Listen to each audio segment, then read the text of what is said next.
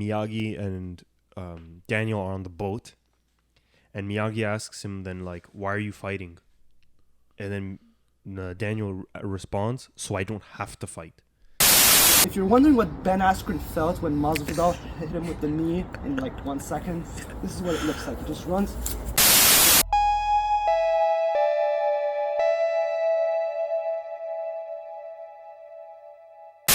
Welcome back to the Shade Cinema podcast. I'm Chris, and these are my good friends. Introduce yourselves, guys. Hey, my name's Saro Hartunian. And I am Nishan. Hello there. Bruh.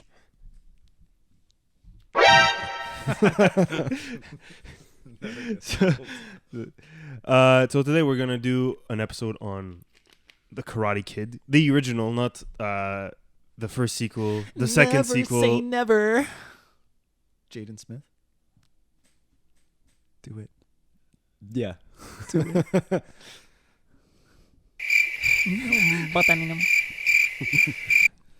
Hi, doggy. So we're gonna do it on the original Karate Kid. It's going to be the one with Ralph Macchio was the guy's name, I believe. Remember, guys, to obviously leave a like, subscribe to the channel. Ballsy. If you enjoy the content. If I sound different, it's because I'm sick. And you didn't tell us? Shit. Fuck. No, they know, guys. So also follow my Instagram, or not my personal Instagram, but the Instagram of the show, No, also follow his Instagram. and also follow my Instagram because why the fuck not, right? Ballsy. So one of the one of the videos that I posted on the Instagram, the Subway one, got like 130,000 views on it, which was really cool. You know? Yeah, that was really cool. So if you didn't know, it was the one on Subway. It was and there's a lot of ethical discussions there.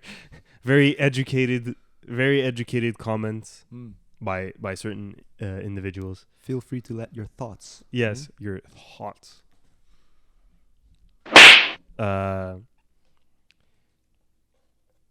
And yeah, we're gonna get started now. So the first question, and this episode is gonna be more about the combat aspect of it, not necessarily like analyzing the moves that Daniel was doing in the in the movie, but more about how like it's important to learn to protect yourself and stuff like that. So my first question is, why does getting beaten up ostracize Daniel from his group of friends? That is... You can go real primitive with that. Go for it. I mean... Let's say... Hypothetically. Fuck. Thank you, Shapiro. Let's say, hypothetically... What do you mean by ostracized, though? Just for context. Like he got essentially kicked out of Okay. like his friend. Like he's shunned. He's bewitched. He's Not shamed. bewitched, he is exiled from his community. Shame! Is that Game of Thrones? Yeah. It was a shameful display, indeed. Shameful display! Honestly, like you can take it back to when we were, I guess, cavemen. Imagine Daniel LaRusso. I mean, he has a girly friend in the movie. Spoilers. If you haven't watched it, go fucking watch it. It's been like 4 decades now that it's out, right? 4 decades? It was Three the decades? 80s. Yeah. Like it was in the 1984. 84. Okay, almost 4 decades. Imagine you have a girly friend, and this girly friend is like, you get jumped by another caveman who wants your cave. And you lose terribly. And it's a sign of weakness, apparently, which personally, yes, in a primitive view, I agree. Yes, it is a sign of that he was the person that beat you is stronger and also smarter because he got the jump on you. But at the same time, there's a lot more that play into that, and I'll also let Nishan, go for it because I was talking for too long. No, it's fine.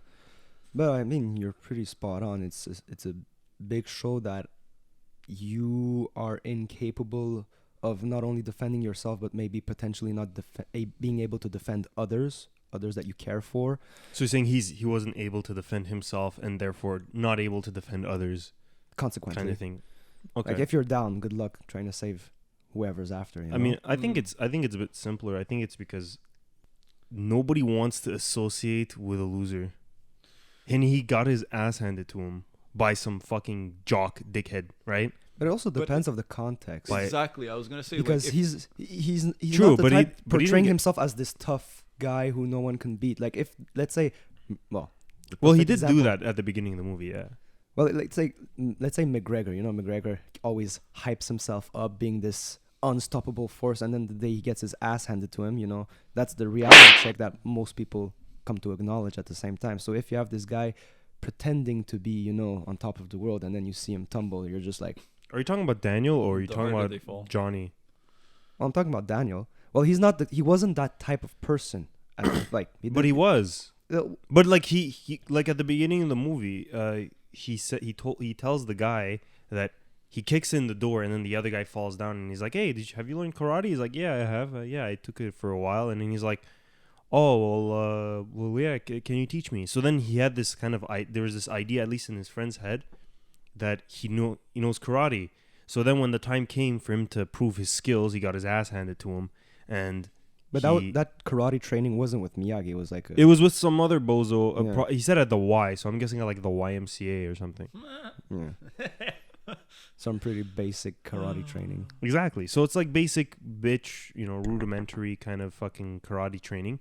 And then he gets his ass handed to him and then he gets ostracized. I think the reason why he got ostracized is because nobody wants to associate themselves with someone who's a loser. I think because nobody wants to associate themselves with a loser, but mainly I think it's mainly because he talked big shit. So like if you chat shit, like try to not get banged. I don't know. People have expectations now. Exactly.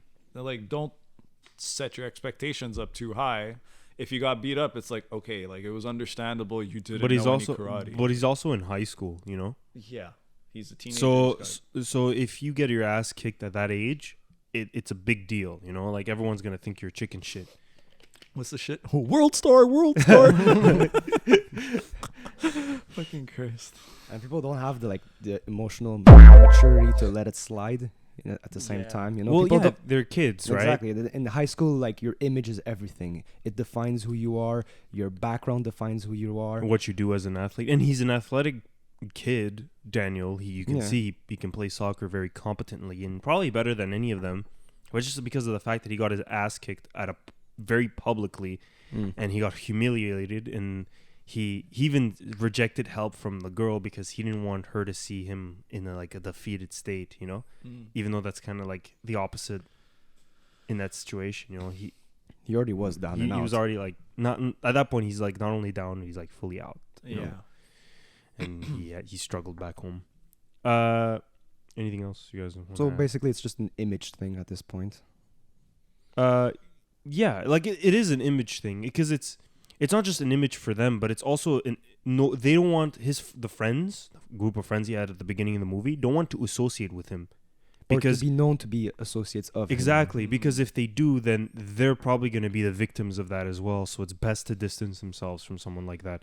It's kind of like when you have a friend who does something dumb and then you want to disassociate yourself from them so that other people don't look at you and think, oh, well, you associate with them, you're just as bad as they are, kind of thing. Even though that's not exactly how you think or how you believe, you have to do that in order to protect yourself.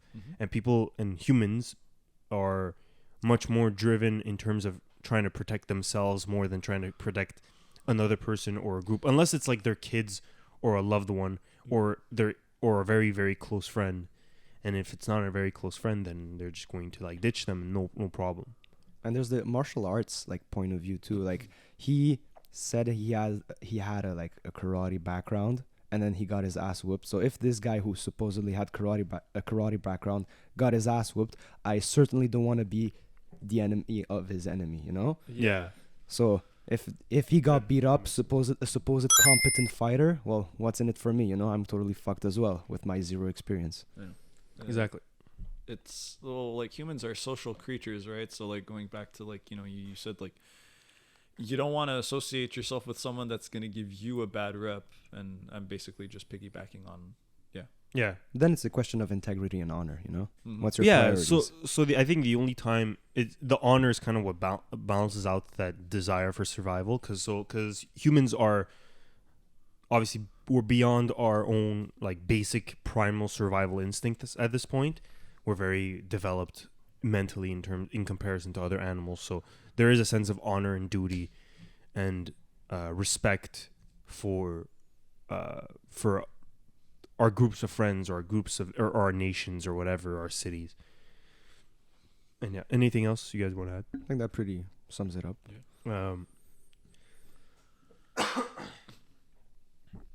Like I said before, if you guys are enjoying this video, please leave a like, subscribe to the channel. Ballsy. And I have a message from our good boy Drake. I want you all to subscribe to the Shade Cinema podcast. And don't forget to hit the like button, or I'm going to post hentai to my story again. He should have stayed in a wheelchair in Degrassi. This is haram.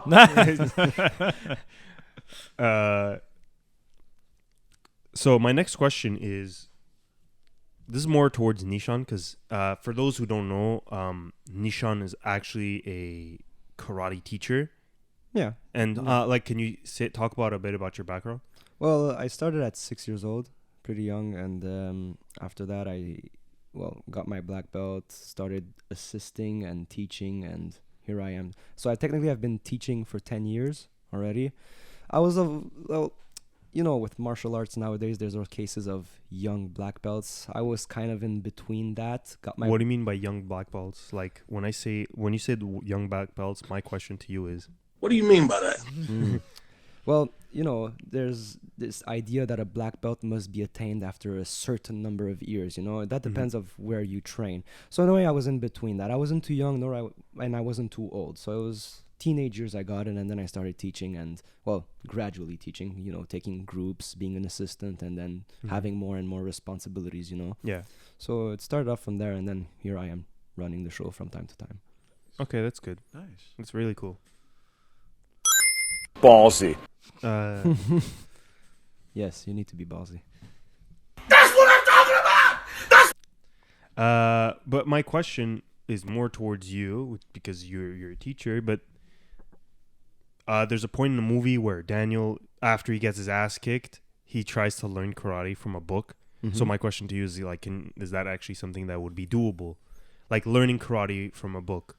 I mean, theoretically, it can work. You don't have someone correcting you, but if the proper facts are well stated, you can have a good base. It's just that you will be missing that exterior POV, someone telling you, okay, fix this, do this better. But theoretically, it can work. But it wouldn't be the recommended option. It would be an addition to your basic training. If you want to enhance your training and become better. If you want to learn new moves and stuff, is that what you're saying? Kind of, because the books probably have moves that a teacher, not that a teacher can't show you, but won't show you or doesn't feel like showing you in that moment or doesn't think it's necessary. Yeah, in a way, you can. That's a good point. That's a good point you brought, because you can skip steps. In a way, you need certain school says you need to be at this level to do this move. In a way, you're jumping a few levels. So in a way, you might fuck around and maybe break your ankle because you weren't ready for that specific move. It is very possible. So I guess in a way, if the book is well written with a proper order, focusing on your physical strength first, your balance, and then progressing through harder moves, and at the same time weaving in the philosophy of martial arts, I mean, it is possible. It's just that there's no one there to tell you how you're doing. Your friends might say, oh wow, that looked cool, but you don't have the sensei's opinion. Okay. But like kind of going off of that, because you're talking about sensei, and it's like having a sensei is like in a way having a mentor, right? And having a mentor is, I think, better than just reading something off of a book, because having someone there who's able to course correct you a lot easier instead of you trying to do trial and error through a book. Because even if he's learning karate from, let's say, a book or something, Or he doesn't have YouTube anyone nowadays. or YouTube, let's say, he can't really train with anyone. He can't spar with anyone, or he's not often in fights. So even if he is often in fights can often be like not in his situation, but in other situations it can be life and death. True. Or life or death, rather. Like if the book says like, okay, go practice on a wooden board, punch the wood 50 times. I mean, you are gonna develop that strength, but you won't have the fight IQ that you need. Someone who has, because sparring is very important, my guess is, right? You guys spar. Yeah, the tree won't hit you back, you know, in a way. But Unless you sparring swing is it. perfect. What? Unless you swing like the branch. Or like, Oh my god. Well, there are now they sell those things where you practice, you know, and that's more for boxing nowadays. But like, I mean, it all depends of how disciplined you are. So technically, it can work if you're very dedicated to your craft and you really want to improve. But you need to go that extra step and get an outside. An POV. outsider. Okay. Yeah. So based off of that, right? We're talking about teachers and outsiders and people who are mentors to students who want to learn a specific craft or a specific skill or whatever, right? And my question would therefore be something like a quote, which is based on a quote from Miyagi, who says, "No such thing as a bad student, only bad teacher." Is that actually true? Yes or no? Yes, absolutely. And you don't even have to like it can be from anything. Come closer to the mic. Yeah. It can be in any field. I can speak from experience.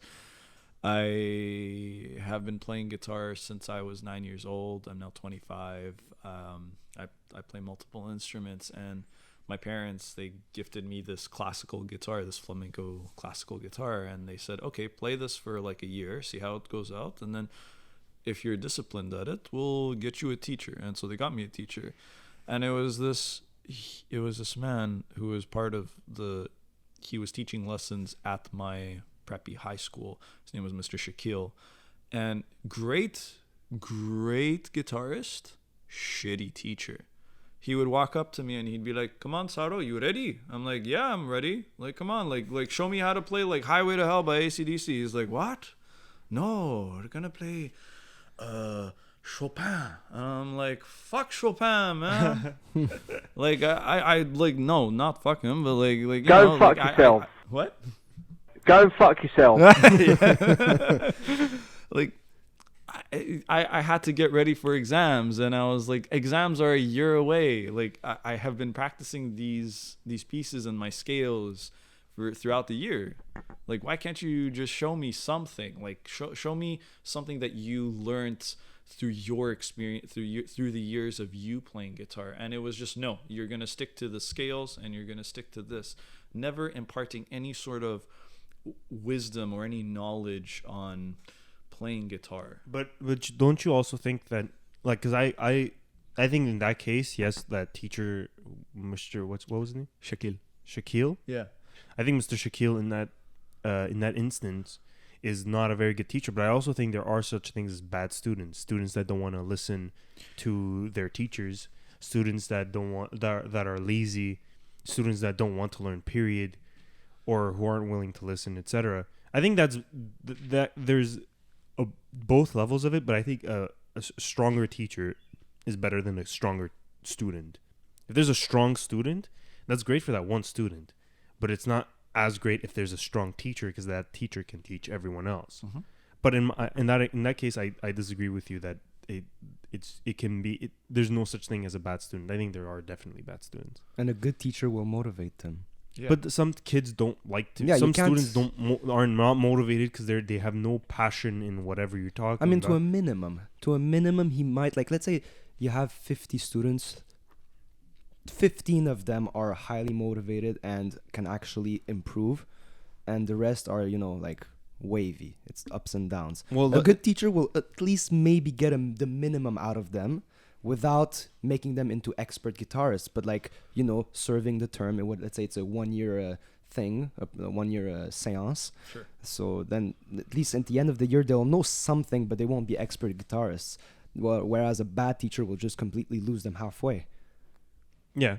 Maybe. Like I agree, but I'm saying you're still going to have, because I'm sure you're still going to have those students who are horrible, because I've had them in my classes as well. Like those students that come to school, like I remember I was in high school and I was in French class, and this guy would show up to every French class. I swear to God, he'd read a book the whole time and then leave, and then he would like leave once the class was done.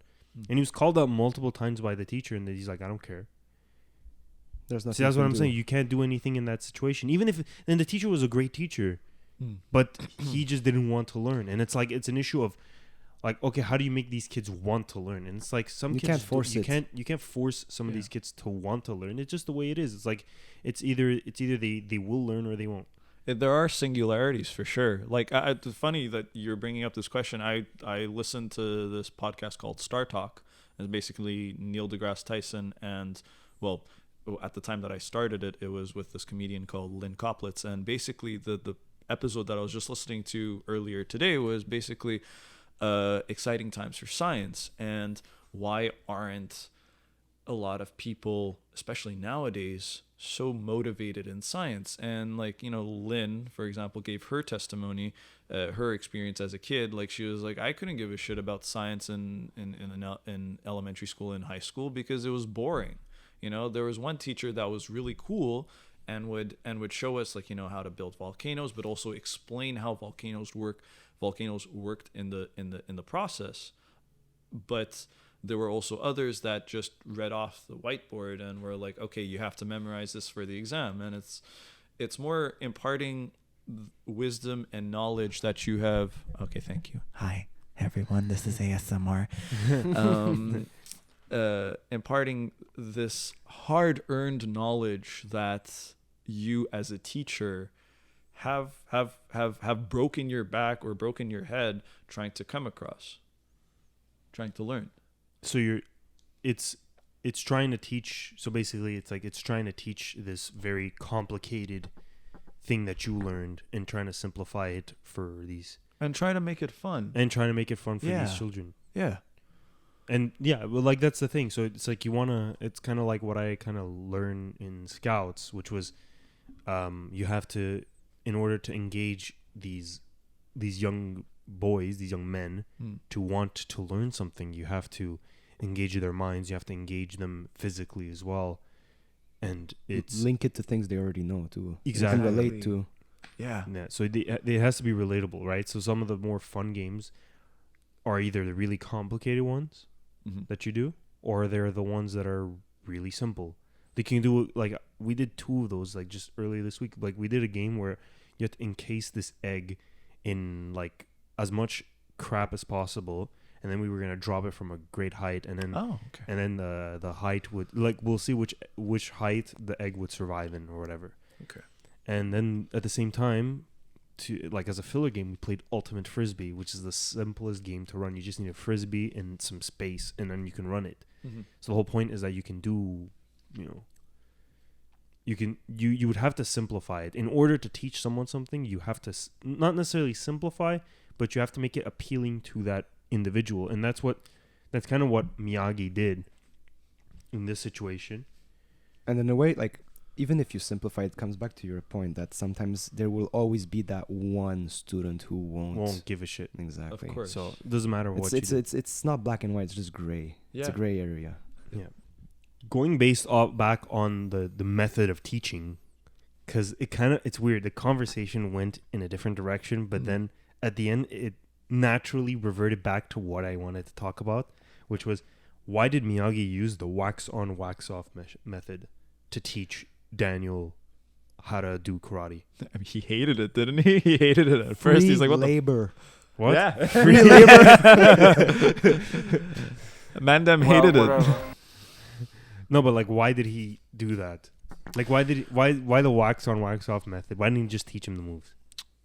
I mean, It's a philosophy. It shows that through, like, it's a, like, generally, like, there's hidden things in small things that you do. You know, there's a hidden, how can As I above, say? so below. In a way, there's What a, does that mean? there, As above, so below. What does that mean? It basically means that no matter how much you magnify or minimize the world that you are around in, there are certain universal similarities. So, like, let's say, for example, a nebula also looks like your eyeball, like your iris. The patterns of the veins of a leaf also look like canals.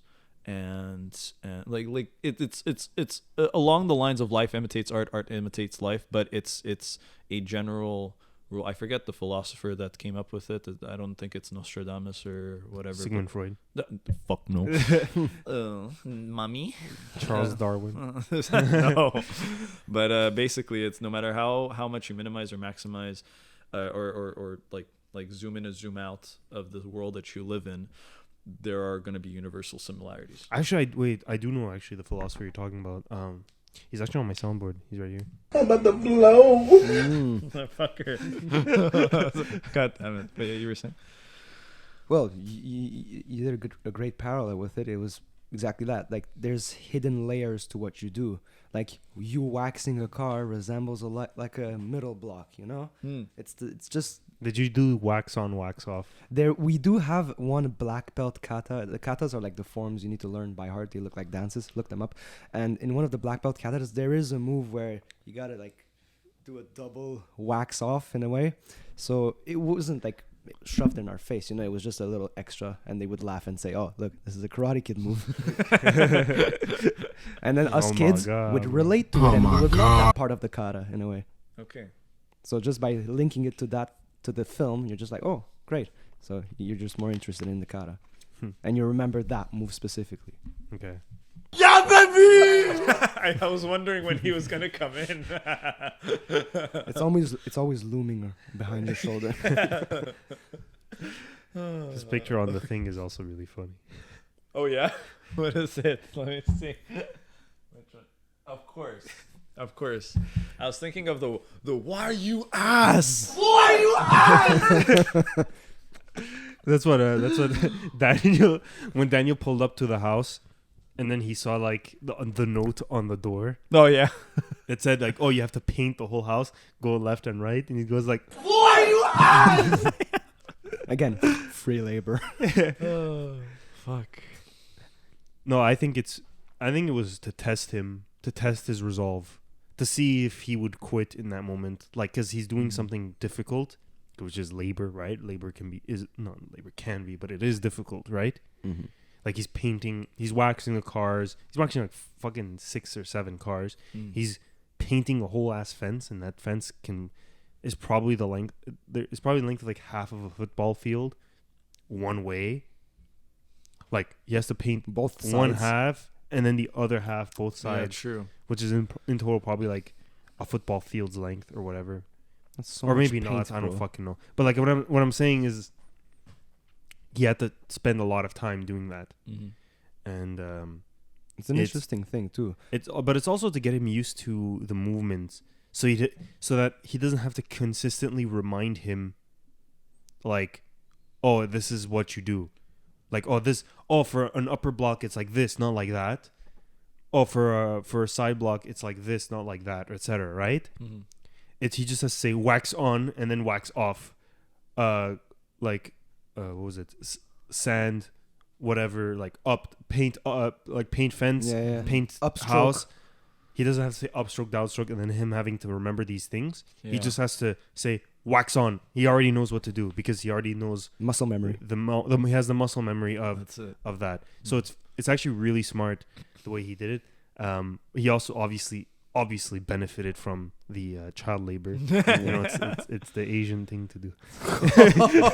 I mean, listen, if you want to take it, if you want to like take it to like a safer notch, technically Japanese, I don't know if it starts in elementary school, but I know in high school they take shifts.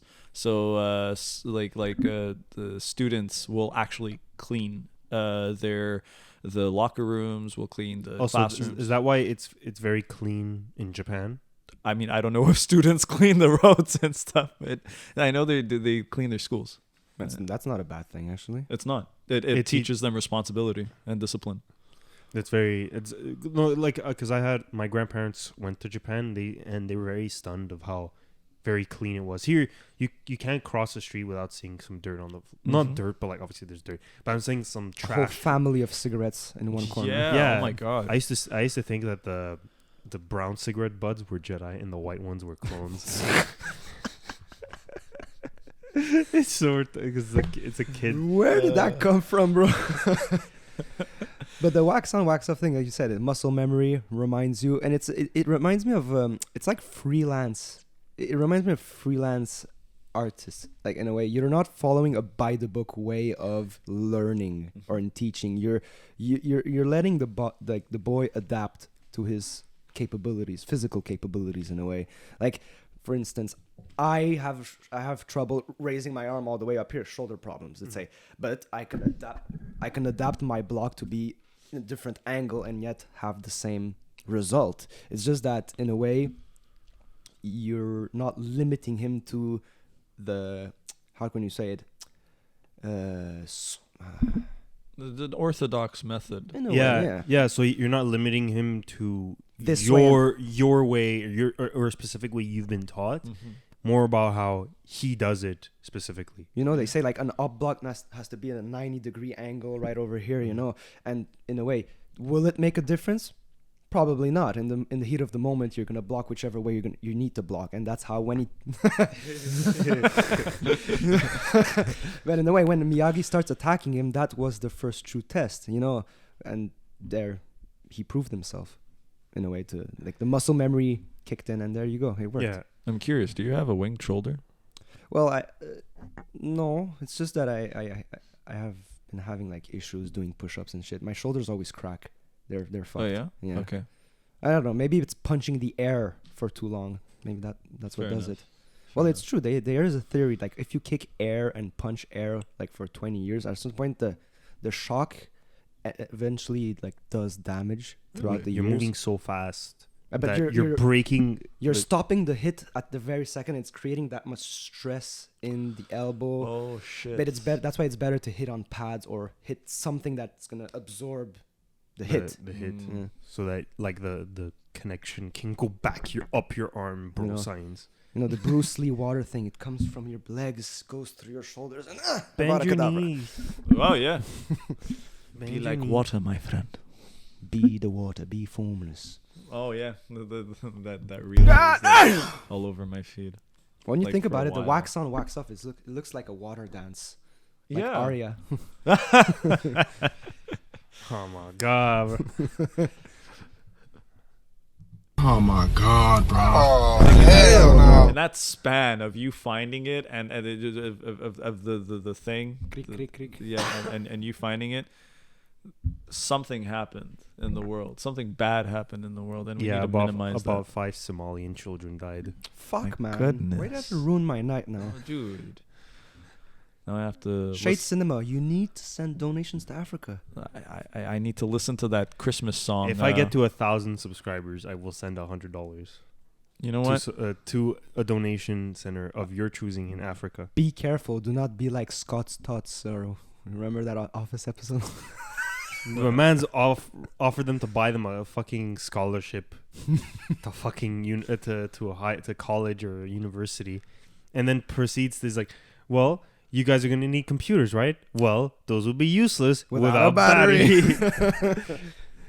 I didn't. I watched The Office up until like season 3, and then I was like, I can't take this shit anymore. well, we're going off topic, so We're back on Shade Cinema podcast. By the way, not a real bass. And we're back in Shades of a Podcast. About the butt. My finger about the butt.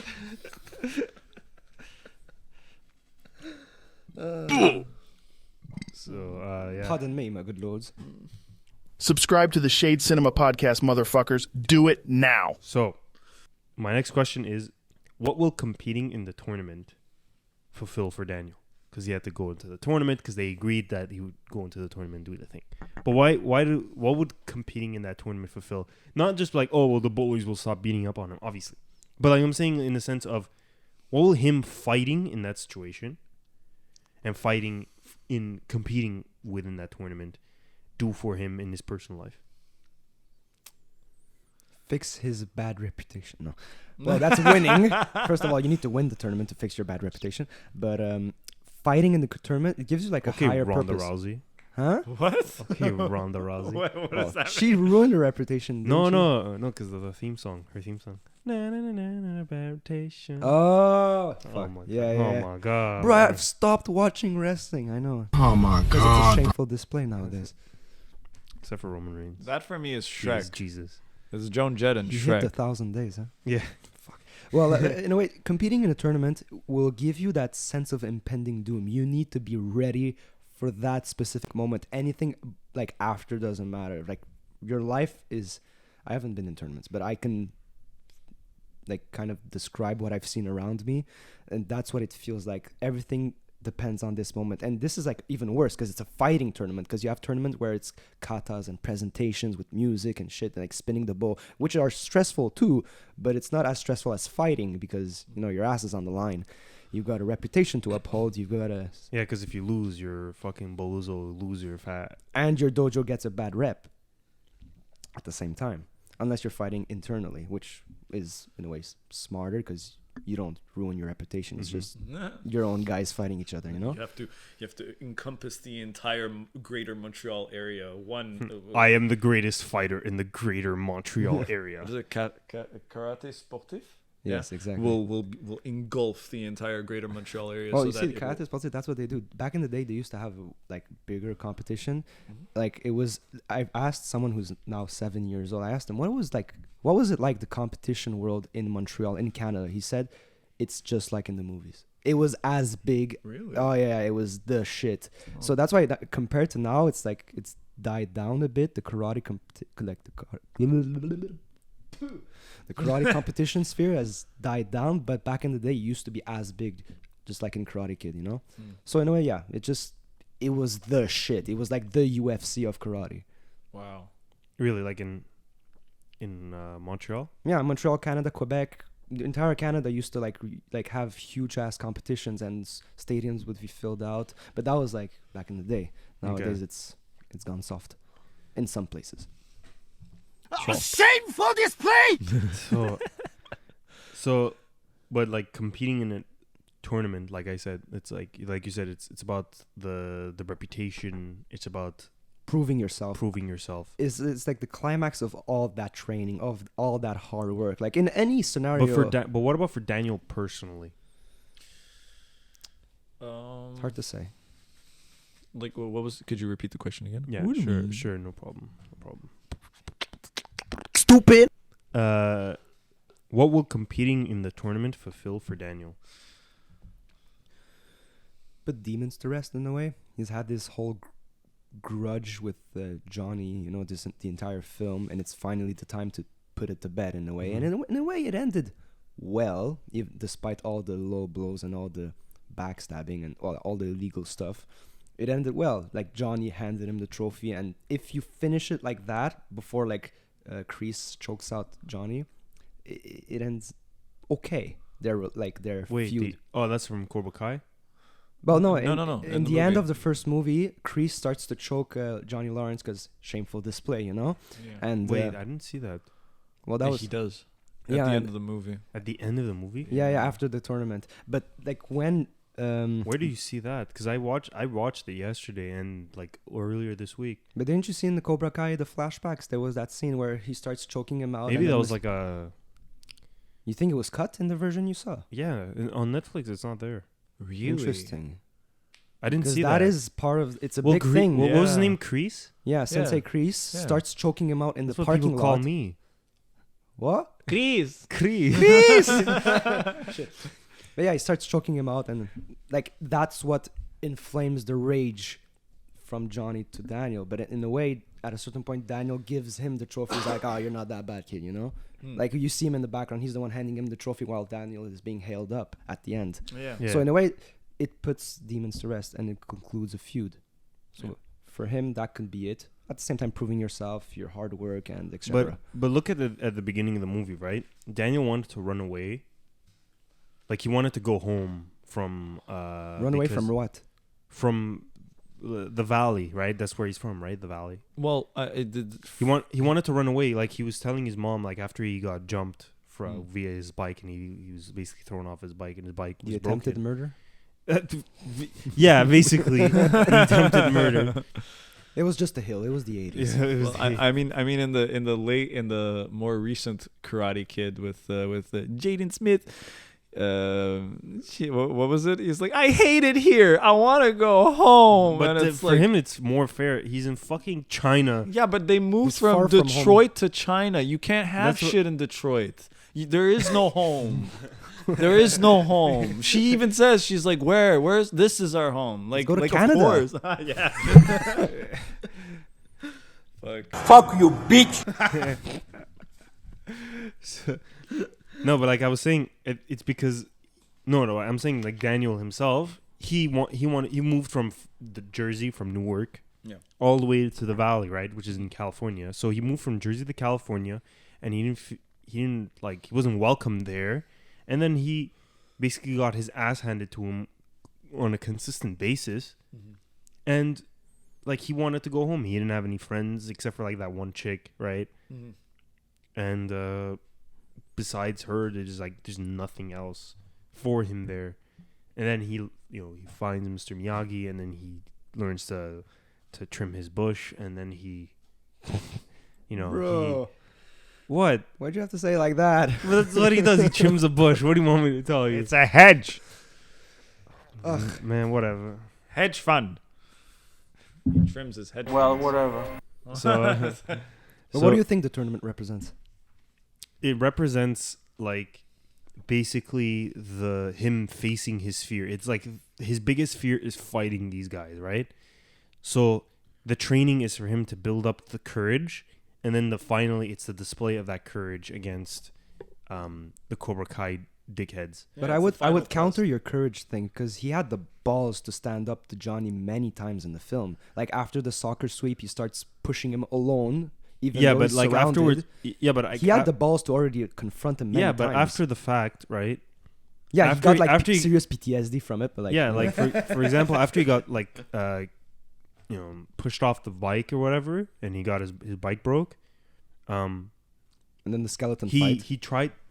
he was evading Johnny and the gang, but then he realized before the skeleton fight, he realized yeah, no, you're right, I have to face this up, I have to face this like a man, but he just didn't have the means beforehand.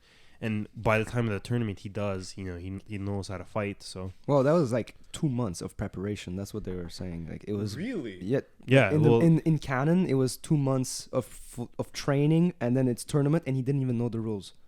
There's this debate where the crane kick was actually illegal, and they mentioned it in Cobra Kai. But that's how, in a short span, he had to learn how to fight and prove it, which is how a was the great crane feat. kick illegal? Because I think it was something to do with the frontal. If you can't really hit front, you have to hit more on the side. I think, I'm not 100% sure. Please let me know.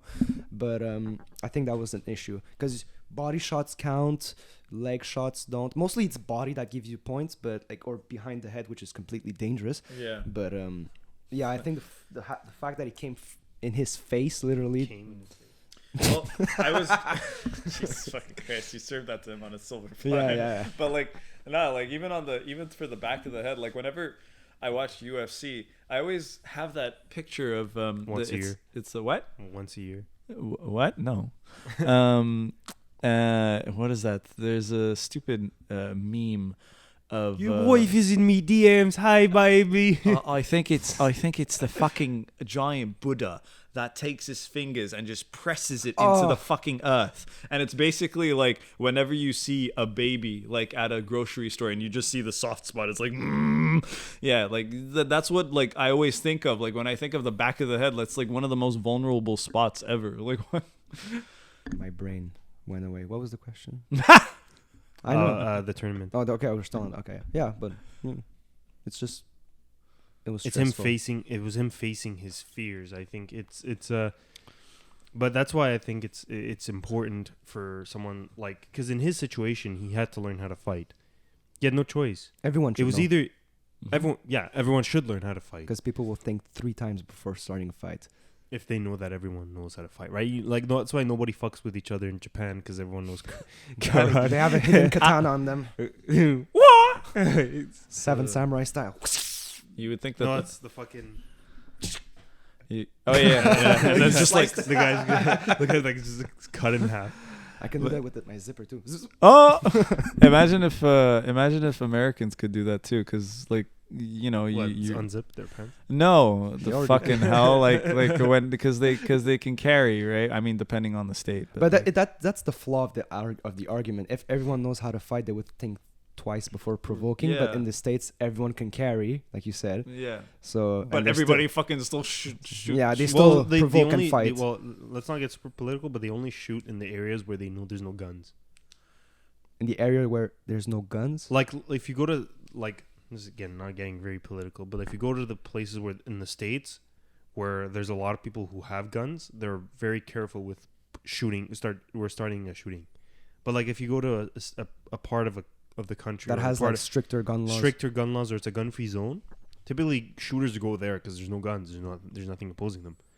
Like for example, there was a shooting at a church, and the shooting stopped like 5 seconds in or whatever because there was a guy there who shot the guy Back. who's shooting. Yeah.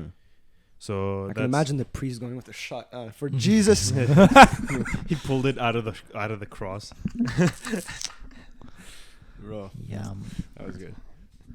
Behind that altar, there's a mystery box. Oh. But yeah, my final question before like the thoughts and the rating is, what is the message of the film and the lesson you can learn from it?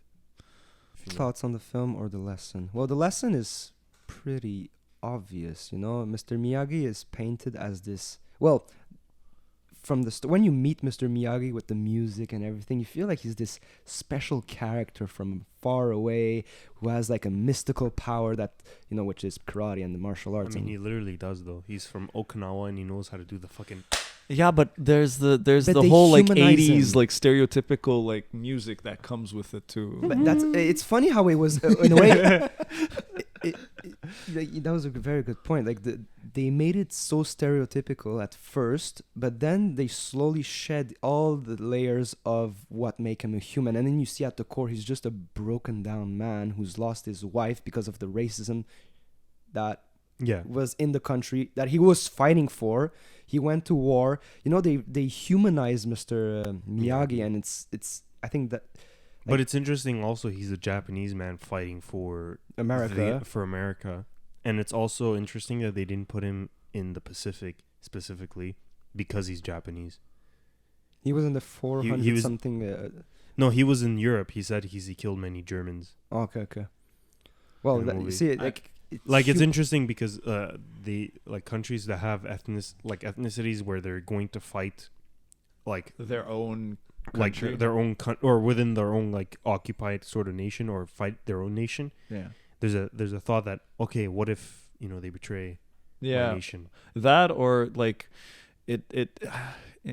it would fuck with your head like oh, I'm killing my own people like. Well, it's like an issue of treachery, right? Mm-hmm.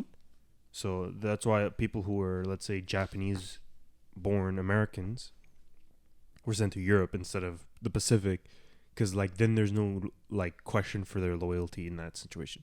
Yeah. But going back to the initial question, which was like, what's the message of the film and the lesson you can learn from it? I think it highlights the reasons why people try martial arts. I think there's a few reasons, but I wanted to ask you guys, why do you think people start martial arts or any type of fighting? I think it's because they want to defend themselves mainly. They get picked on, or they want to learn how a new skill, or they think it's cool, or their parents tell them like or force them to go, but then they end up liking it, so they enjoy it. Mm-hmm. You see a lot of that in Cobra Kai, actually, like especially when a lot more bless your soul Oh well, halal then. I don't know.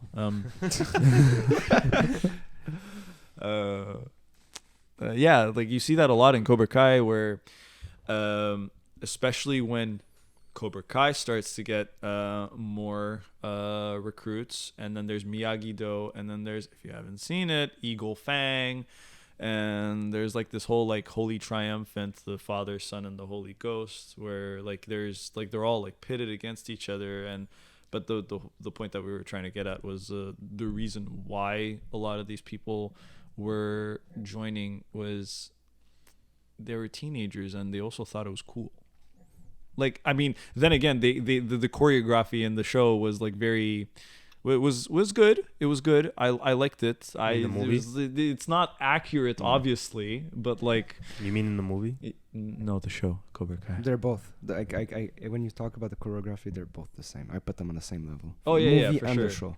And it's kind of sad because it's like an 80s movie, and like you would think that like after decades of, I don't know, like time to simmer and like think out and plan out choreography. I actually like the way it was shot though in the original, because it was like a wide shot with both of them in, so it's like a legit fight. There's not any like close up shots and shit. It was very But anyways, let's like, we're getting off topic, so it's like what's the like, what do you think is the meaning and then the lesson you can learn from it? There's a lot. There's discipline. There's learning to back your own words. There's learning to defend yourself and defend others, which is what we were talking about initially in the beginning. There's so many topics that you could touch upon in for Karate Kid that don't necessarily lead into the cheesy 80s aspect of it. Okay. So like, if we are to narrow it down, like, what's the most important lesson to you? be ready to defend yourself, because life will throw you a curveball anytime, anywhere. Even though not everyone has the physical capabilities to defend themselves, like, at least if you can and you have the ability, you should know how to defend yourself. That's like it's like knowing how to read. Because let's face it, tomorrow if things go down, like shit goes up. What's the term? Like shit goes down, shit hits the fan. You gotta know how to use your fist. That was too easy. Okay, but wait, what? Oh, you didn't get it. That's okay. That's okay. Pass. Anyway, so the way of the fist. No, but yeah, you need to know how to. That's too easy. You need to know how to fight, like, for yourself and for others, and for the people you care about, and the meaning. Like, why do people join this? Parents, like you said, parents will push you. Bullying, just to get in shape. And that's like the minimum, the basic. You get a lot of people who want to join a group and feel a part of a part of a community, like we see a lot in Cobra Kai, and then later on in Miyagi-Do. But yeah, pretty much those things. But the main message is just be ready for it. And there's beauty in Lion King reference. But yeah. And also, like, there's this sub thing. It's the thing with the bonsai. There's like something so peaceful about martial arts too. Even though people at face level, bonsai or bonsai? Bonsai. The bonsai trees. Yeah. And okay. they, you know, the trimming and all those scenes where they're very peaceful, and it helps you put away the violence in a way. And do you do that in your, like, do they or do a lot of places do that? I think that was just something for the film. Maybe in traditional Japan, maybe they still do. I'm not aware of it, but it shows that there's beauty in something violent. And violent would be the wrong term, because you're like, if we're siding with Miyagi, it's not about the violence. It's about avoiding the fights. Exactly. The best victory is the battle that never happened, in a way. So yeah. Knowing that, I think that's a very good point. It's funny because, like, talking about the bonsai trees, my dad owns a lot of bonsais, and he has this affinity and like he's very passionate about taking care of them, to the point that, like, he will sit, like, I remember, like, back in the day, he would sit and he would watch videos, and he even took up like a mentor for taking care of bonsais. And a lot of it is knowing what to do when and where, because, as you said, life will hit you with a curveball. halal. One of the hardest things for people to do is in that art form is trimming, because people can't bear to let certain things go. And I think that him teaching Daniel how to cut the bonsai and how to take care of the bonsai trees was also a way of teaching him how to let go of certain things in the past. And in a way, also like accepting the imperfections, because if you cut too much, you gotta live with it. Exactly. You can't. Okay, I'll stick it back. You cut it, it's done. Oh, Yeah. okay. You have to wait like at least 2 years for it to grow back into like its full form, even more. So your actions have consequences. Cut wherever it needs to be cut, but then if you cut too much, well, you gotta live with it. That's what you did. So it's like a sign of life. In It's a like way. it's like a type of. It's like a what was it? A symbol for life in a way. It's It's a symbol for like our lives and how you don't cut enough, it grows and it's not very appealing to look at. But if you cut too much, then there's not enough of it to be really like for it to be beautiful. But if you cut just the right amount, it'll be the right level of treelage. It doesn't even it's not even necessarily about that. Obviously, like there are Japanese artists that will take it to like an extreme form, like they'll turn them into like these Dogs. like yeah, sure. But like spheres, like the base will be like this, but like the entire leaves will like form this whole like perfect sphere. circle. Exactly. But like just in general, taking care of them, it's, as you said, like it's choosing something, going with it, and if it went well, great. If it didn't go well, you learn to live with it and you do better next time. It's not the scissors' fault. It's your fault. Exactly. And Unless the scissors is defective.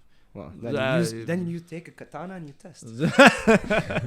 But I think for me the message of the film is a bit like you said, which is like to learn to protect yourself. So what do you think of the message is actually? Because I don't think you answered it. I did answer it. I just said you have to. Well, I'll answer it in a different way. What the message Is of it? the Was it film- about the bonsai tree? Yeah, actually, Okay, because never- for me that's yes, the whole film was about karate, but if you look at it from because in Cobra Kai they go into it a lot more, like Ralph Macchio, whatever his name- Maggio. he explains it more. He does, and you gain a certain appreciation for it. It's very quiet, it's soft, and Sticky. and it gets everywhere apparently. Of course. Oh my god, fucking hell! I don't like sand. The Riz is low. Anakin would take the saber to it. Oh my god! He killed all the saplings. Anakin, no! But I honestly think that the message of the film is and you could apply this to any fucking film, but whatever, I don't care. Be yourself. You have yes, Ripley from Alien, be yourself.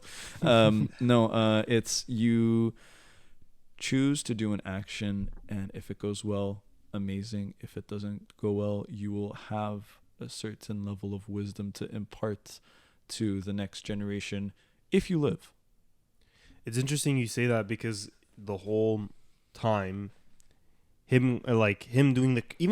whole reason why his whole thing started is because he did a karate kick Yeah. at the door. So then he had to prove to the others that he's a karate kid. Yeah. And then that leads him down to learning karate, and then that leads him to becoming a Miyagi student. So it's interesting. So it's like the beginning kick hiya to the door. If you was a setup for eventually stuff that was pretty well written. Yeah, if you want like the roadman message to it is don't chat shit, because then you'll get banged. Exactly. Yeah. I'll cut ya. You cut me. But for me, I think the message of it is, how can I put this? Be ready to throw hands. Yeah, exactly. I think the message is that like you have to earn the respect that you really want ultimately, right? And the respect comes from having being skillful in something or being able to provide some form of value and Being capable. being the capabilities. And that you can also translate that to a lesson, which is the reason why Johnny went from someone who hated Daniel to someone who respected Daniel was because Daniel kicked his ass. And then Johnny's like, okay, this guy's capable. He beat my ass. He beat me in this tournament that I won 2 years in a row. And he did it in 2 months worth of training. In 2 months worth of training. All right, I respect him. Hi there, Ray. Well, to be fair, okay. Wait. Skywalker. Who? What? Well, to be fair, Ray had no training but was a woman, so she has a pass. Excuse me. She's a woman. Okay, so she does not need training from a cis white male such as you. Oh, well, but she got trained by A cis white male. Yeah. She got trained by nobody. She beat by a ghost. She beat a Jedi Knight, a former Jedi Knight turned evil, with no training. And she could also lift boulders. With no training. With no training. It's true. In the first one, Luke wasn't in the picture. Yeah. Shameful display. Shameful display! Poor Finn. They did him so dirty. Yeah. Oh.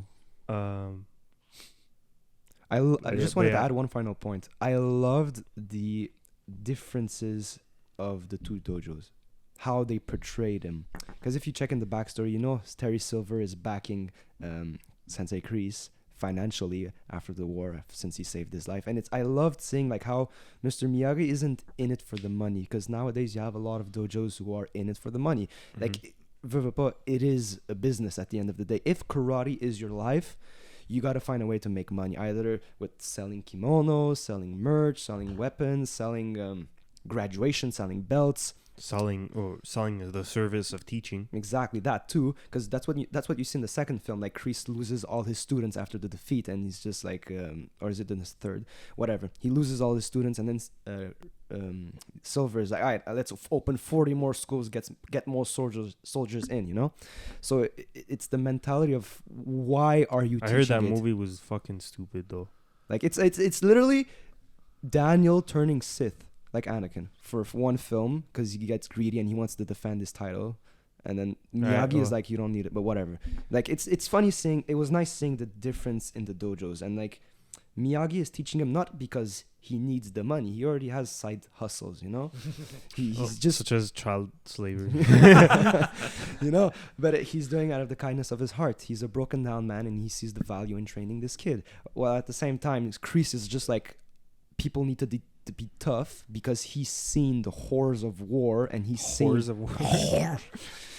horrors of war and the brutality of it, and in a way, in his head, he's trying to prepare these kids for the brutality that is to come, which never actually happened, or whatever. You can debate that further, but it's the difference between the dojos. One is financially motivated, the other is, hey man, after Nam there was the Gulf War. Okay. Well, there was a lot of shit that went down. We were going to get into Nam, but some stuff changed last minute. But yeah, I think so I'm just going to reiterate my message just in case, because I'm not entirely sure. I'm not entirely sure if I really made the point, which is like, the movie is about gaining respect, and then the is about gaining respect through hard work, and then the lesson is you have to become competent in whatever fields that you're trying to get into in order to get the respect. And then the respect that you get from that field will then perpetuate you to move to higher levels of, you know, education or learning from people who are of higher level, you know. People don't usually get onto really big platforms, let's say, as, you know, as a content creator or even like as a musician, unless they have the respect of others and they have appreciation from others. So you have to gain that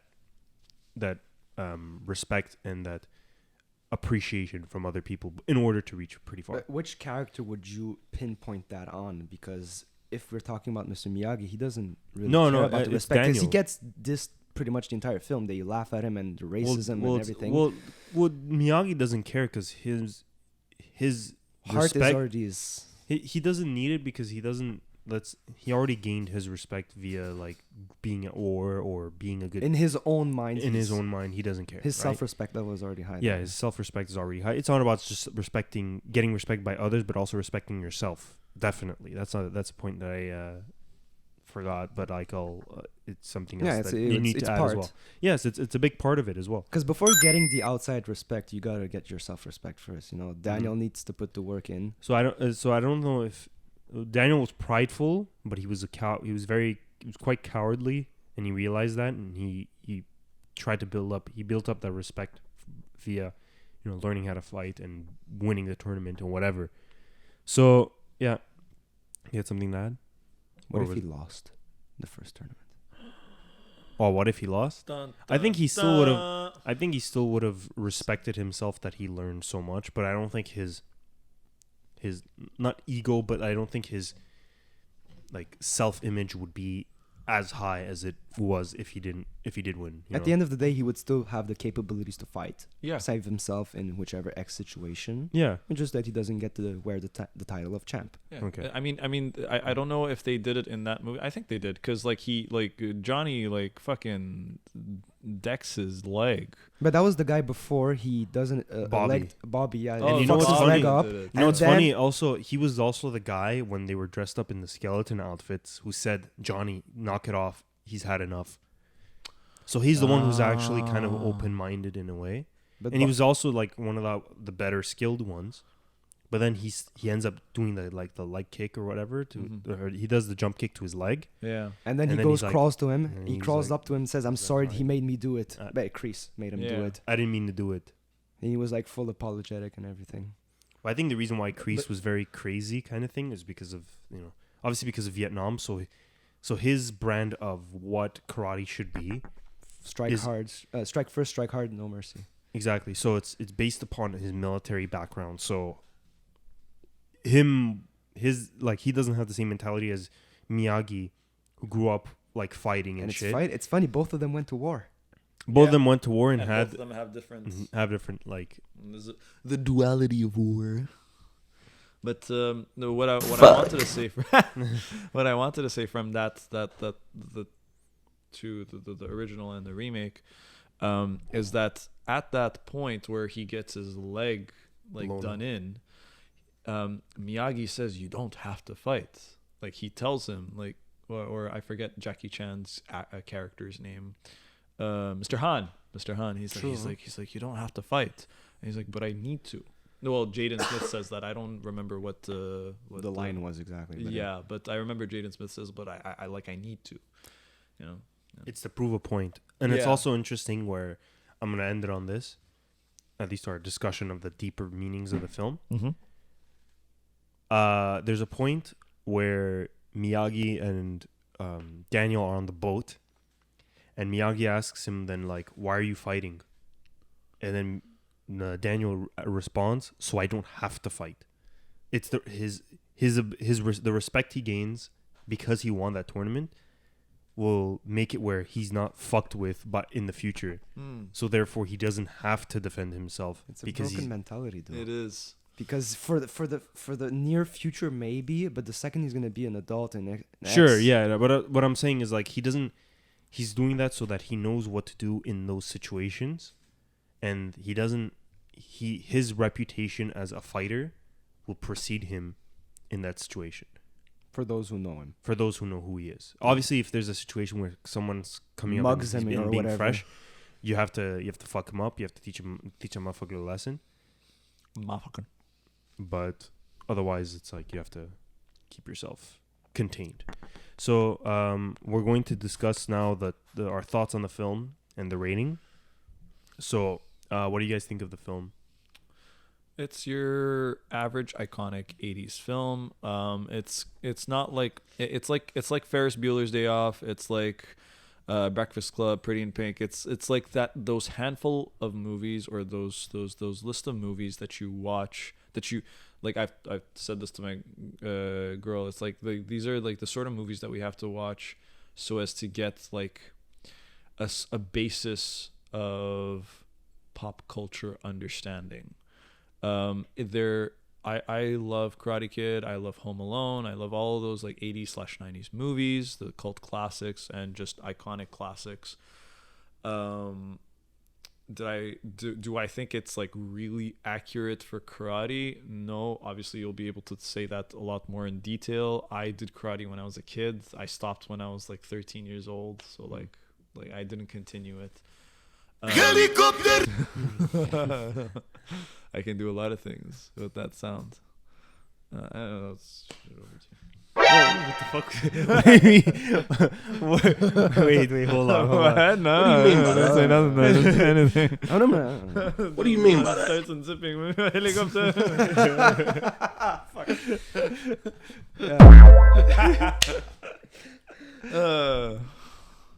Thoughts on the film? Like you said, it's a classic. It's definitely up there with something you should show your kids one day, if you ever have.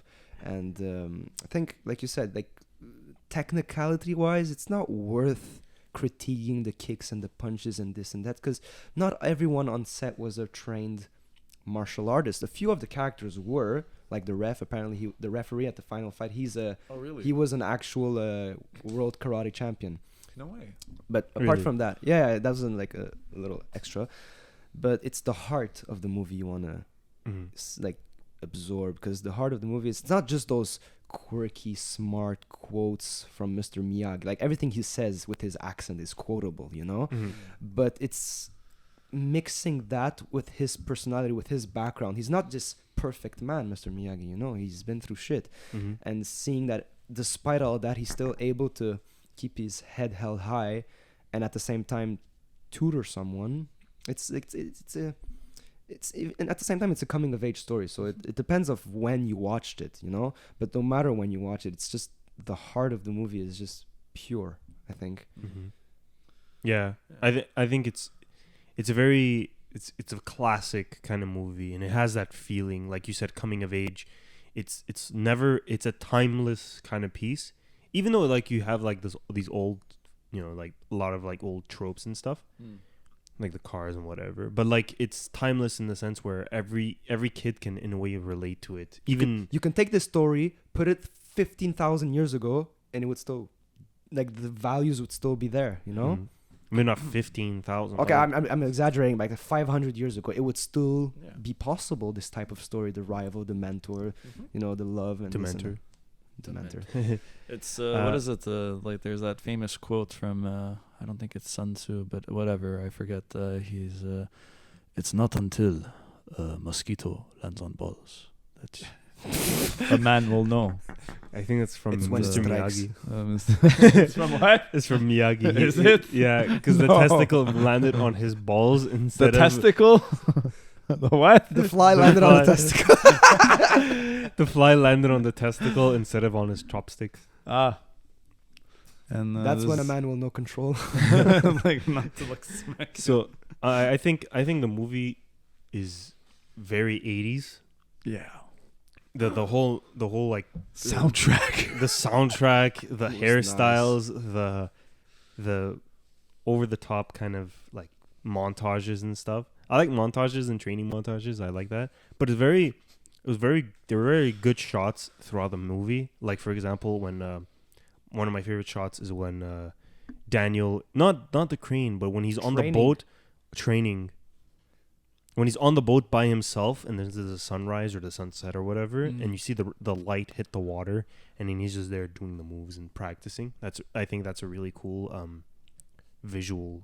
But let's go on that. What was your favorite scene? So you was that your favorite moment? Yeah. Well, it's like my favorite shot in the movie. My favorite scene is when he pulls up to the house, and then he turns out that Miyagi's not there. And then like he sees the note and he goes, "Jam it!" Because you can see that's like over. For me, it was when Daniel got beat up when he was in his the shower costume. The skeleton fight. The skeleton fight. Yeah, because we need to bring back. I'm kidding. It was honestly Boobies. So we're gonna need to bring back boobies, right? Boobies. My favorite is when you see Miyagi at his lowest point, because as you said, like, you know, like, yeah, you first see him and like there's the stereotypical music and like he looks like this all-knowing, like, so almost like omniscient like figure in that will be presented to Daniel and his for forever. But like, no, you see him at his lowest point, and The scene when he's drunk and going in bed. Man. exactly, yeah. And obviously in the remake it's a lot more intense. Like Mr. Han is like destroying his car that he like every single year he builds and then just destroys once again, like puts that much. Anyways, I'm not gonna go into how frustrating that was to watch, but yeah, it shows how human he was. Like Yeah. it showed him at his core, like how broken he was. It's very true. Well, what about you? I think my favorite scene, I'll use this from a martial arts instructor point of view. It's when Daniel starts to train by himself on the beach. You know, when he's practicing the crane, but Mr. Miyagi isn't there. And Mr. Miyagi didn't like show him the move explicitly, say, try this move, you know? He just saw the move, like he saw Mr. Miyagi practicing it while he was doing something else. Mm-hmm. I think he was fishing or something. I'm not Oh, sure. he was in the water. He was like he was trying to fighting the balance- waves. trying to balance. Yeah. That's my favorite scene because it's like every instructor's dream, whether you're a music instructor or a karate instructor or anything. It's when your student takes the reins and starts developing on his own. He doesn't need to go do 25. No. Oh, why did you learn it that way? Like, oh, you should have done this or that. It's like, oh, you're learning. But it's this not. by It's like yourself. giving It's like homework. You know, like let's say you're a music instructor. You say, okay, That you're gonna happened, yeah. you practice this, practice it 10 times, and then come back, report back, and we'll analyze. But this is like, and I'll do the same for my karate students. I'll say, okay, you know, for your graduation, you should practice this at home. But it's better when I don't need to say it. You know, it's showing that he took that step. He has initiative. Yeah, exactly. He took that maturity step. He leveled up, and he's doing it on his own. And at the end, it was the perfect payoff because that's the move that won him everything. You know, I'm a bit of a sucker for those because, like, at one point, like, because I have taught guitar and I've taught bass. I don't do it anymore. All about that. No trouble. But like, I shut the fuck! Oh my god! Sorry. No, it's okay. It's okay. You're like, you know the trouble? Like at one point, I would come in. I would come in like very early, like at least like an hour early, just to set everything up, which you don't need to. You can come in like 5 minutes before, but I would just get in my zone, because it's an art form to teach to someone. You can be as good as you are. You can be like an amazing NHL player. You could be AAA. But the second you start teaching somebody, it's a whole other game field. It's a whole other ball game. But You have to figure out a way to transmutate the things you have done and turn them into stuff that someone else can learn. Exactly.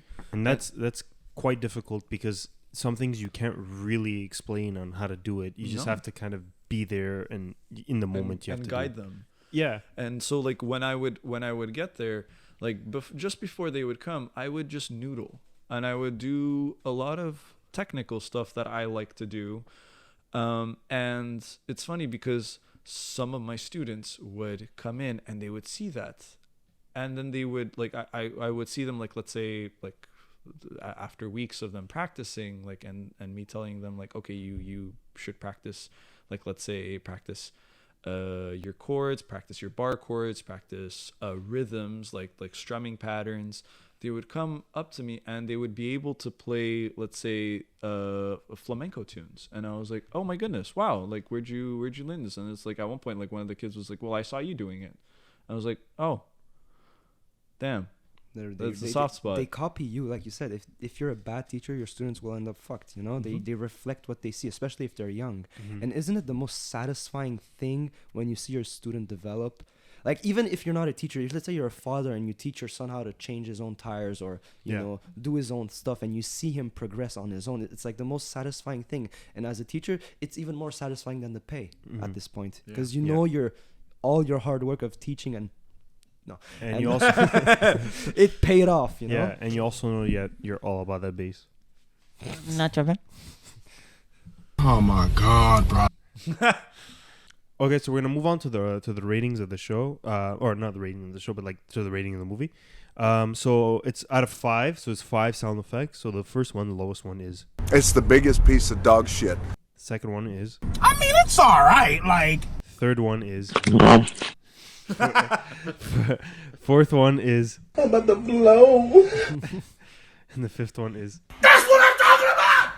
So, what would you rate Karate Kid 1984 out of these 5 sound effects? Like, just say 3 out of 5 or out of 5. You know what? No. What is the fourth one? I'm about to blow. Isn't it I'm about to bust? No, that's the same guy. I'm about to blow. I'm about to blow. Why does he sound like? Why does he sounds like the? You know what? Never mind. I'll say it afterward. I won't say it on screen. Never mind. Hi. So sure that's your rating? Yeah, I mean, I would put like a 4. Yeah, 4. 4 out of 10. 4 out of 5. 4 out of 5. I'm about to blow. Go for it. I'd give it a 4 out of 5 too. Okay. Not because of the technical karate stuff, but because of the we get to see how Daniel is like sometimes perceived as the villain sometimes, and Johnny is the good guy just because of that complexity. I mean, I don't see Johnny ever as a good guy.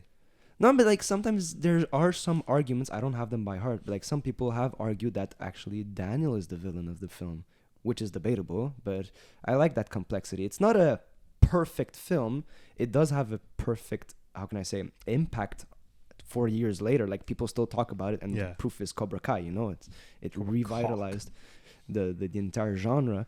But yeah, 4 out of 5. 4 out of 5. I would agree as well. 4 out of 5. I think it's a very well balanced movie. It's well paced. There are moments where it kind of drags with the montages, but I like the.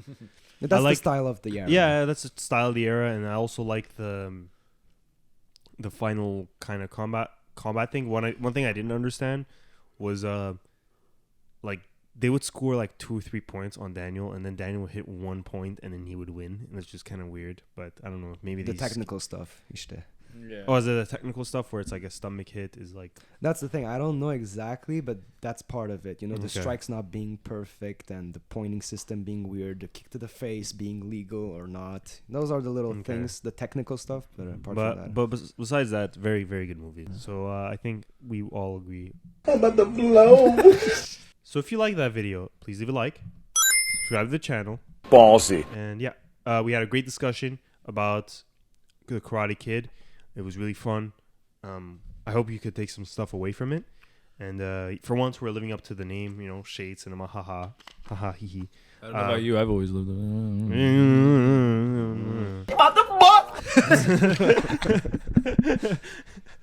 Choke on your ambitions. Don't do that to me. Don't do it. So, again, a message from Joe Rogan.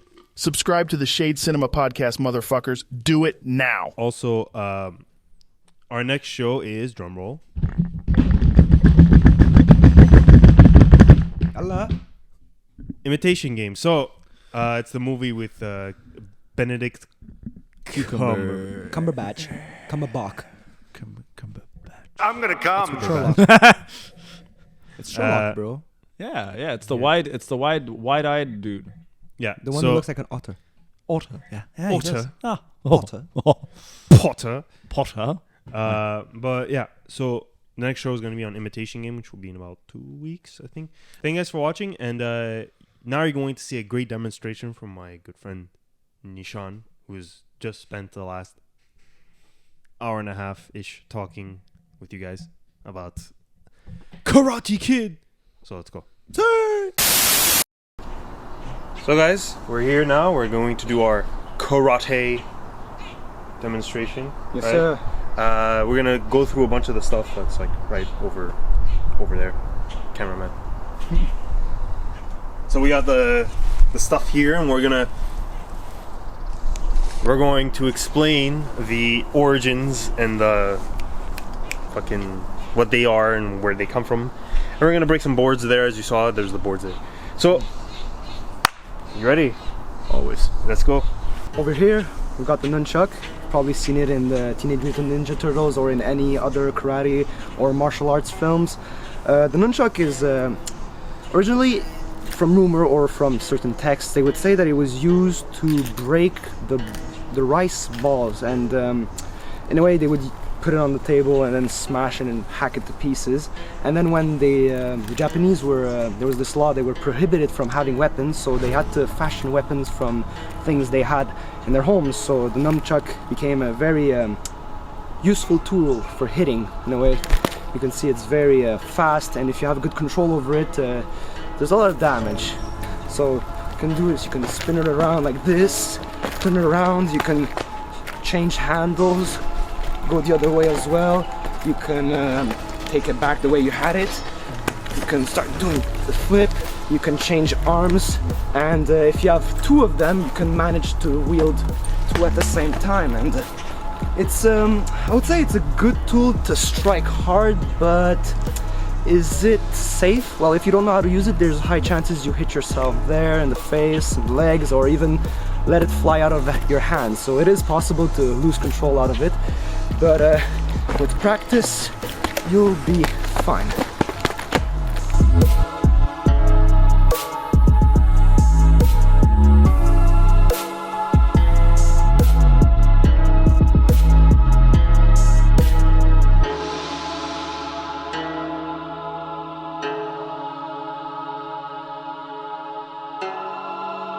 So over here we have the kamas, and same thing with the nunchucks. This was commonly used as a scythe to cut down hay, and at the same time, when they were prohibited from having weapons, they made it shorter, and it's a very good tool to pierce, and this is usually the sharp edge, so to cut as well. And you can have fun wielding both of them. There are some experts who can do very fancy moves with it.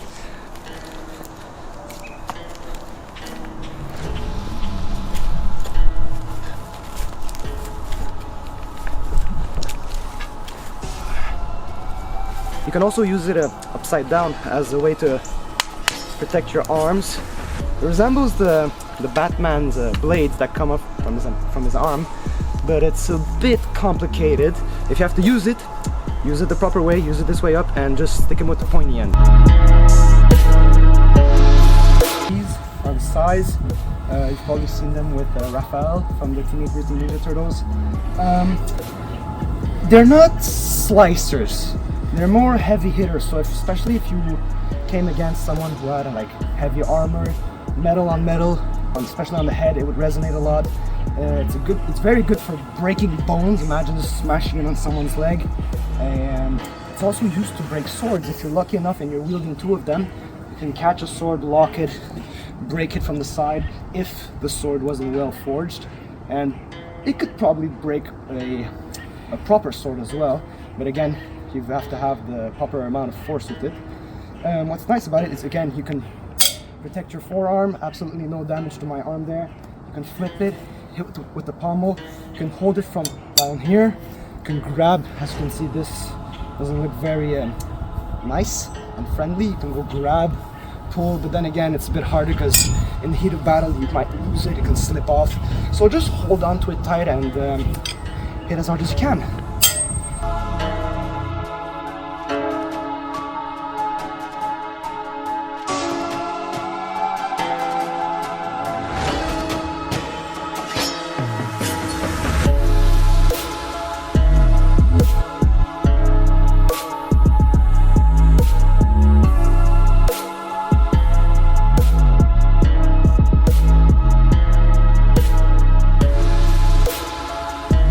Probably seen it in prisons. A lot of prison guards used to have these, but now they have the new metal version that comes out like a lightsaber.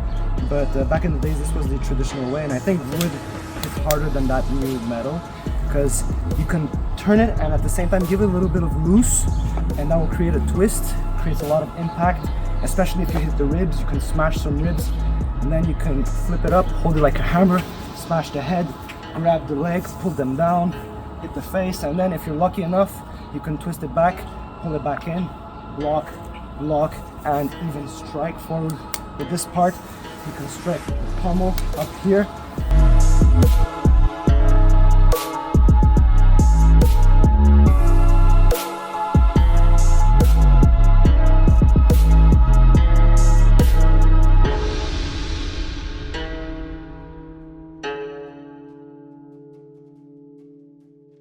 So here we have a, I don't have a bow, but we found a broom, and if you have a stick that's pretty straightforward, you can do pretty much anything with it and have fun spinning it around.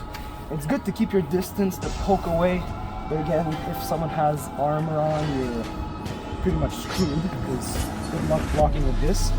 So if you're fighting against someone that's that doesn't have armor on, well, it's good to keep your distance, poking, striking, doing the Anakin or whatever you want to do with it, but spinning it does require a lot of patience because one wrong move and it can fly off and hit the cameraman. And this, behind your back, bringing it back. I learned this from a specialist. I am not a pro, but I learned from a pro, and you can even take it with one hand to swing a bit further.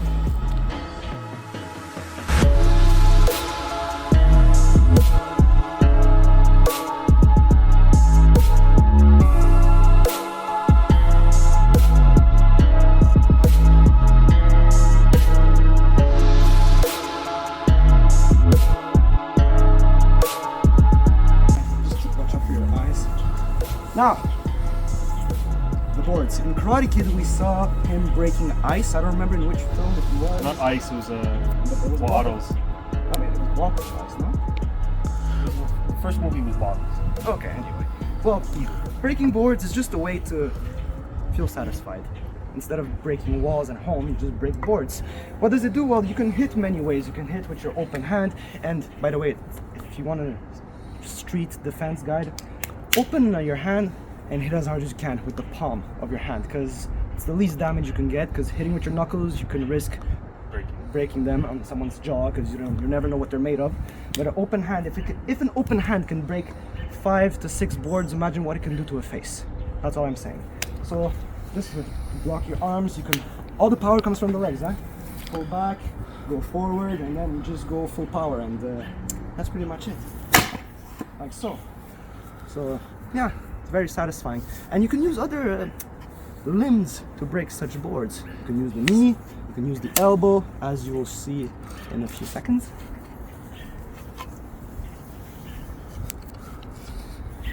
This is your face on crack. Oh, and to demystify something, a lot of critiques say, oh, the boards are cut in half. Let me explain that. They're not cut in half. Sometimes there's a bit etched off of it for children, because we don't want to destroy their motivation at the same time. But there are some other traditional schools that go full wood. So this is technically one of the thickest there is. I think it's half an inch, but there is smaller for kids. But wait, over here it's rotten. Oh, it's rotten. It's rotten! Well, you see this board, I don't know what happened to it. I picked it up fast, I didn't check, but it's still a pretty solid board, okay? So this one I'll go with the elbow. So Chris, just hold it like this, and to break a board, very important, follow the lines, okay? So if you want to hit like this, you have to turn it this way. If you're gonna hit like this, or with the open hand, you can go pretty much like which way you want to go. So it has to be like this? Yeah, for this one you just go like this. Okay, with your hand on top, just be careful to not get a splinter in your arm.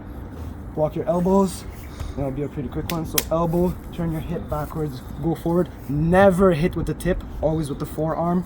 So you just pull back and you break like so. And yeah, this one is a bit more spectacular.